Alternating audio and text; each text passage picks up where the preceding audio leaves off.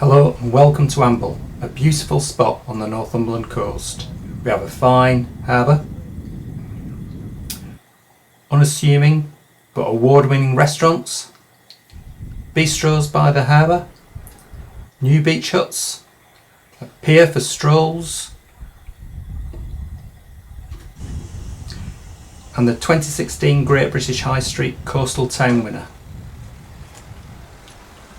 The Harbour Village is a new development of 15 retail pods that are also home to the Seafood Centre.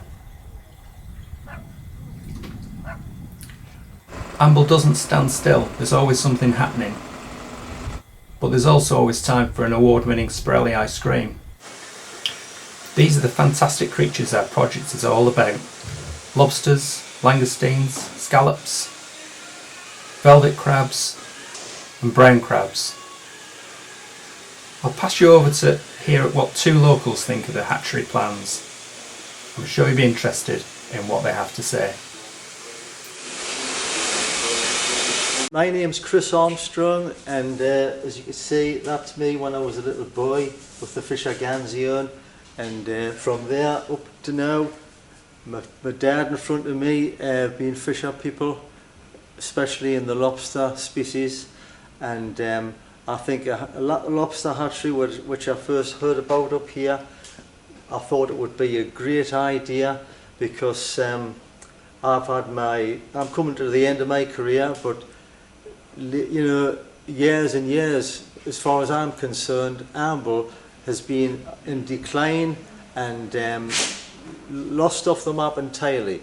And I think it would be a very, very positive future if this was brought to Amble for the community and the fishing fleet and all of the tourists that come now to Amble. A lot more people than used to come to Amble, and all they want to see is the fish, the lobsters, the crabs, the harbour, the boats, everything concerned to the sea.